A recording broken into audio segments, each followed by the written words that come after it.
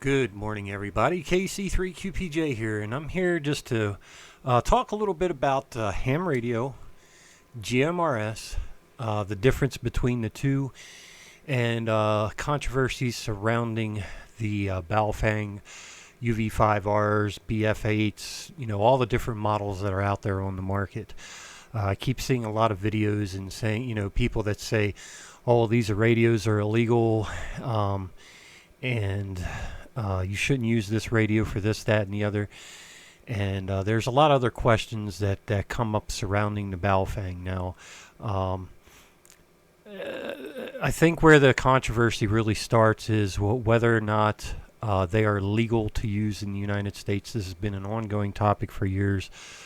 A lot of people are not clear on the different laws, so I'm targeting this video for new hams, people that are into GMRS, people who have started to use and utilize the radios as a tool for emergencies, for family, and things of that nature, because radios can come in quite handy at different types of events that you may attend, or going out on family hikes or picnics or going to the beach, and also can be utilized as a tool, especially in emergencies if anything ever happens. And the sales of ham radios and GMRS radios over the course of the last 2 years has exploded, as well as people that are stocking up on food. And it can be attributed to a number of things, but we're not going to get into that today.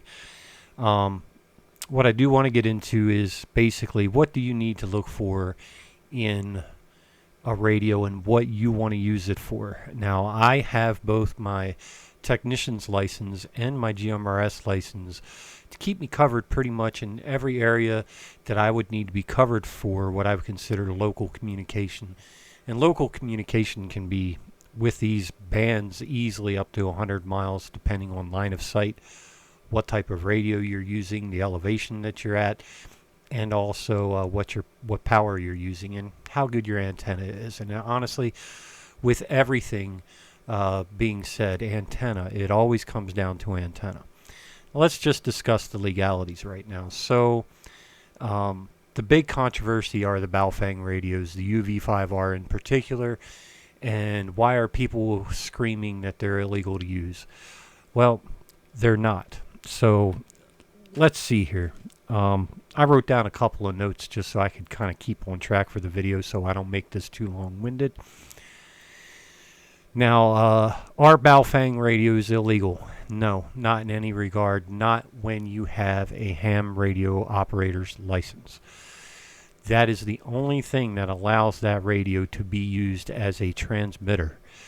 Anything else, it can be used to scan. Now, is it illegal to own a Balfang radio or any type of ham radio without a license? No, it is not. But not being licensed, you cannot transmit.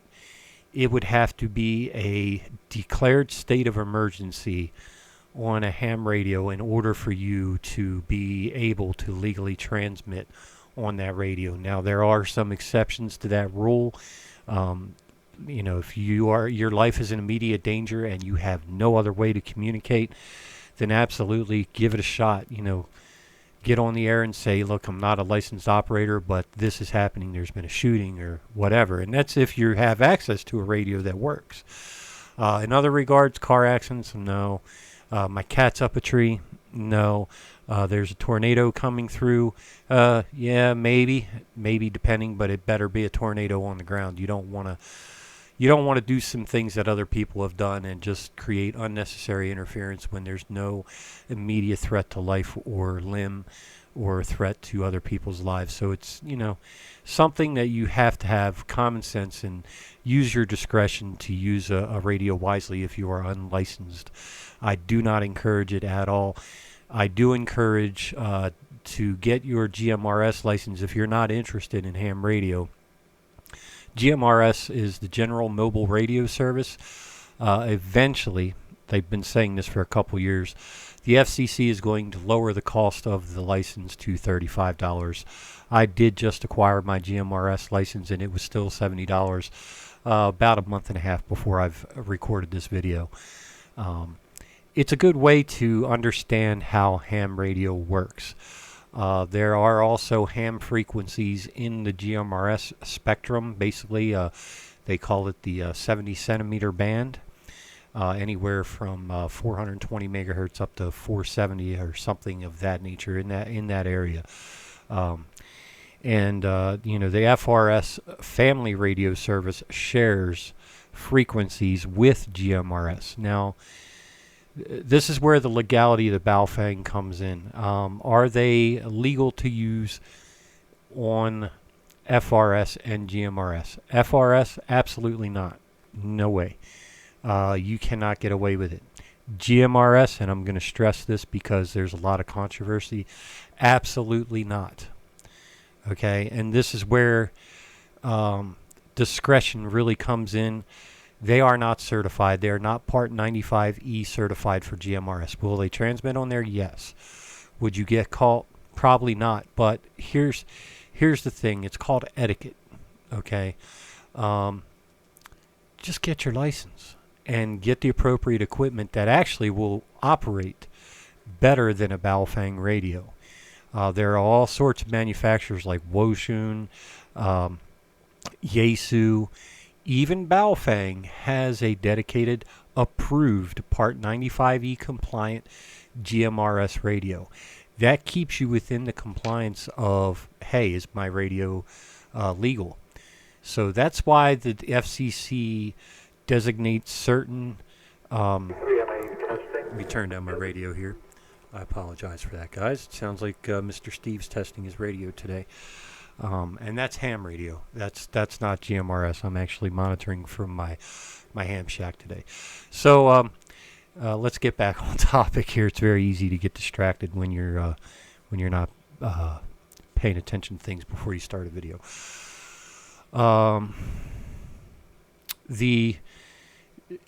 The reasons for the certifications is to make sure that you're operating within your power limits with the radio that you're using, so that you're not creating interference within the band and also bleeding over too many parts of that bandwidth there, so that you're creating interference on other channels. And it's always known that Balfang puts out what they consider a dirty signal. It takes up too much bandwidth. It's not a clean signal. So if I'm on, let's just say, you're using it as a ham radio type radio, and it's going to work the same way in GMRS. Let's say we're on 444.6. That's a ham radio frequency, okay? So if I'm on 444.6, or let's just say 444.000 megahertz, okay? If you're transmitting with a Balfang on that, it will bleed over down to 4430 and quite possibly 445.0, which is almost a whole megahertz of bandwidth, and it's, it happens, okay? That's a lot of bandwidth that's getting eaten up by those radios, and that's why they have such a bad reputation. Okay, so here's some commonly asked questions and advertisements that just blow my mind behind these radios. Here's one. Can my UV5R be used as a police scanner? No. No, maybe in another country, but not here in the United States. Maybe somewhat in some like small towns where they haven't upped their radio systems. But I will tell you that the Balfang radios cannot monitor digital broadcasts, which most government organizations have gone to. Tier 1 and Tier 2 digital communications, which the Balfang can't keep up. Now, you can monitor some public service radios that use the 2-meter band, and some have the 440 band that they use, but that's mostly business in the 440 or 70 centimeter bands. Some fire and rescue still use 2-meter bands, and absolutely you can use that to monitor or scan for fire and rescue frequencies. Now, this is why it's not practical, though. The scan rate on a Balfang radio is absolutely so slow, you're going to miss 90% of what's going on a fire call unless you have it permanently locked into that frequency. Okay, so practically, can a UV5R or any of the Balfang radios be used as a police scanner? No, that's false advertisement. So are Balfang radios illegal? No, they are not. However, they are not compliant. With a ham radio operator, that's about as much as compliance as you can get. Most ham radio operators that have their GMRS license are honest and will not transmit, even if they have their GMRS license, will not transmit on the GMRS frequencies on a Balfang radio, because even with you having a license, that radio is still not certified. So there's a little bit of a fine line there. That's where all the controversy comes in. And, the only thing that would make a Balfang radio illegal is using it incorrectly. That's what makes it illegal. So while you may not get caught, and I've seen this in a lot of videos, and there is one major producer of GMRS reviews out there that he does give out proper information. But in the videos, it's like, are you going to get caught? Are you going to get fined? He's right, you probably won't. But I'm not going to encourage people to break the law. Okay? You give a little bit, you give a little bit, and give a little bit, and then you start to take and take and take. And then you cross lines that should never be crossed. So here's my idea on this whole matter. Okay? Start with your GMRS. If you don't feel like taking a test because, it just seems like it's a waste of time, but yeah, you want to have the ability to transmit with a higher power radio, GMRS is the way to go. You pay one-time fee of, I'm going to say $70 right now because I don't want anybody to be in sticker shock when they understand that, a lot of other people are saying $35. But at the recording this video, I don't know if it's actually changed to $35 or not. So we're just going to call it $70 for right now. And while the FCC has had it in its plans to change that, to my knowledge, it hasn't been done yet. So we'll see. And then, luckily with the GMRS, no tests. Within 3 to 4 business days, you'll have your own call sign. They always all start with a W, and they usually have it's a total of seven characters. The first characters being letters, the last 3 characters being numbers. So my GMRS call sign is WROK390, Whiskey Romeo Oscar Kilo 390. And I've had that for over a month now, and I've not really utilized it much at all yet. I'm trying to make sure that I'm staying within the compliance of the law and have the appropriate radios so that I am 100% sure that I'm not going to be a hypocrite and do things illegal when I am trying to encourage everybody else to do the right thing. So while you may not get caught, it's still not something that I encourage at all for any reason. And people don't understand why a lot of ham radio operators are uptight. Now, being in this hobby now for a year and a month at this point, in 4 or 5 days, I'll have been an operator for a month. The things that I have seen in 1 year just in ham radio alone, I understand why the veterans get upset. You take the time to take a test, and people just willingly interfere, willingly just use the ham bands without a license. We tracked a few guys up in using a repeater that the trustee wasn't monitoring, and there were 4 or 5 days a week for at least a month where I was hearing 2 people talk on a repeater that weren't licensed. And how they got away with it, I don't know, but it sounded like they were right in my backyard because I have a high elevation here where I live, and I was picking up that repeater from over 60 miles away like it was sitting right in my backyard. So for all those that want to get into the hobby, I don't want to bore you, but Here's the main reason why it's good to have a license and why it's good to take a ham radio test. Just try it. Okay.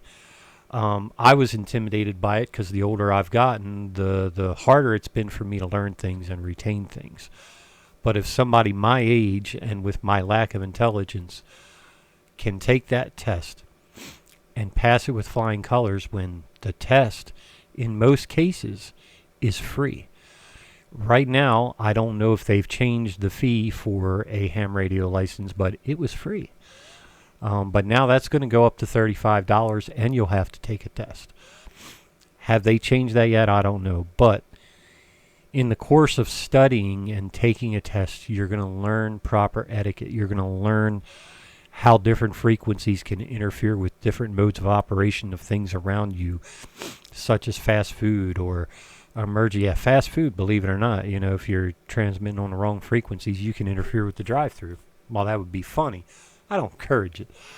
But, how different frequencies react, what your ranges are, what kind of equipment that you can use, and what type of antennas that you can utilize to maximize your experience with ham radio. Now, for ease of use, GMRS is the absolute easiest to use. If you're utilizing it as just a tool, I do not recommend ham radio amateur licenses to you if you're just going to use a radio as a tool. Now, if you want to further yourself and use a radio as a tool, use it for emergency communications, which is far outweighs GMRS, and to also learn in the hobby and how frequencies work and how everything propagates, get into ham radio. Okay, ham radio can get very expensive very, very quickly. It is a hobby. GMRS to me is not a hobby, but it's fun. It's useful. But you're limited as to what you can do as far as your lines of communications. Just as a technician with today's technology, the radios that I have, even this radio right here, allows me to talk around the world with the use of local repeaters or the hotspot that I have here in my house. This is what they call the Anytone 878, very widely popular radio. If you look some of my other videos, I also have the 578, which is it's for what it is. It's a little pricey, but it does a lot. It allows you to do a lot more than GMRS ever would, and it's just that's why I'm appealed to it. Even though this allows me to talk around the world, it'll only allow me to talk around the world if I have internet access or repeater access. So if the internet's down, my worldwide goes down. The thing about ham radio is you also have what they call the HF bands. So it goes anywhere from 1 megahertz all the way up to almost 300 megahertz, or no, I'm sorry, not 300. 50 megahertz, I believe 6 meters is the top end of the HF spectrum there. So 50 megahertz 6 meter band, that's about the top end of your band there as far as HF goes. That will allow you to talk around the world very consistently. It'll allow you to talk cross country without the use of any type of internet programming or use of any kind of internet at all. And that's where my appeal for this hobby came in. So, pardon me, I'm a little congested today. It's a little cold outside. But everybody, the reason I encourage this for anyone to get either a GMRS license or your ham radio license is it can be used as a tool. If something happens in an emergency, you know how to use the equipment that you have, and you're not just taking a guess as to, what frequency should I use, or how does this work, or how do I program this radio to get to the frequency that I know I have to use to be able to communicate. Knowledge is power. Everybody knows that knowledge is power. The more you learn, the more whatever you decide to utilize will work for you. So if you're the type of person, like I said, that only wants to use something as a tool, ham radio is not for you at all. Um, Ham radio is, like I said, it's a beast of its own, and there's a lot to learn with ham radio. I am studying to become a general operator, and I probably won't go any further than that. There's only one step further than a general operator, and that is your amateur extra. And for my personal needs, I don't need to go any further than general, because general gives you so much that you can use that that's the limits of where my part in that hobby is going to go. Anyway, I encourage everybody that may be watching and may be wondering why I'm posting this video out of the blue, and it's just because I'm tired of hearing all the hype and giving you a reason why. Not all ham radio operators are jerks. I very rarely met a ham operator that's a jerk. But a lot of people that don't have the knowledge and don't understand what goes behind staying compliant with the law get upset at people like us when we're not trying to be the bad guy. We are just trying to encourage you to do things legally. And owning a radio which like the Balfang UV5R that doesn't have that compliance, you're going to be tempted to use it illegally.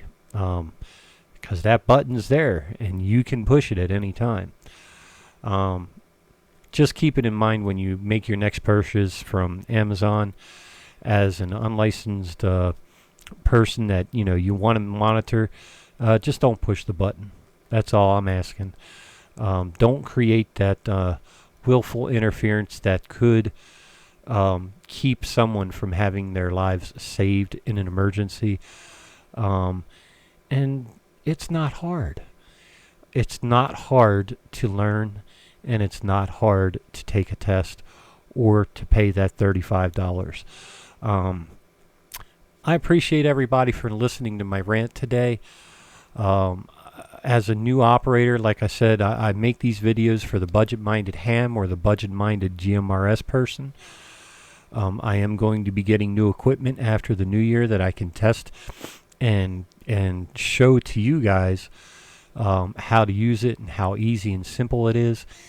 And if anybody has a request such as, well, how do I get my GMRS license?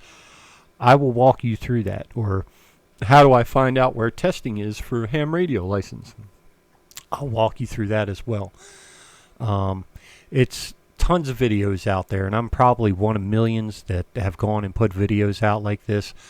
But for me, I feel like I needed to have my say in it after just a year of being in the hobby. Other than that, not much else to say. I wish everybody a happy holiday or Merry Christmas or whatever you choose to celebrate or not celebrate this year. I try not to be too politically correct because I'm very old school, but I'm not out here to offend anybody. So, that being said, I hope everybody has a good weekend. And when you get your new radio for Christmas, listen out for me on Gmrs. I'll be out at Gmrs Park probably Sunday morning and helping people test out their new radios on 14652. Y'all have a fine day. KC3QPJ. I'll be clearing QRT. Y'all have a fine day.